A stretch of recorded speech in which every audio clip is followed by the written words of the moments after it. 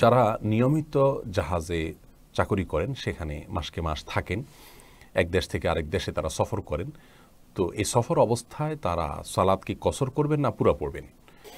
এর উত্তর হলো জি, অবশ্যই তারা সফরের সুযোগ সুবিধাগুলো পাবেন এবং জোহর আসর এশা এগুলো 2 রাকাত করে তারা পড়বেন। আর মাগরিব ফজর তো যথারীতি 3 রাকাত এবং 2 রাকাত আদায় করবেন। যদি তাদের সাথে তাদের পরিবার থাকে সেই জাহাজে বা সেই বড় কোনো নৌকা ইত্যাদিতে, তাদের পুরো পরিবার যদি সেখানে থাকে, ভাসমান পরিবার বলা যেতে পারে, তাহলে সেক্ষেত্রে তারা সেখানে মুকিম হিসাবে বিবেচ্য হবেন এবং সেখানে তারা পরিপূর্ণ সালাত আদায় করবেন।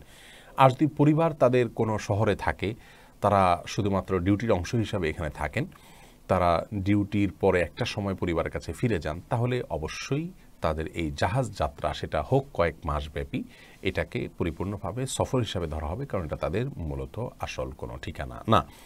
আর এই বিষয়টি অভিমত দিয়েছেন ইমাম ইবনে তাইমিয়া রাহিমাহুল্লাহ সহ বড় বড় স্কলারগণ।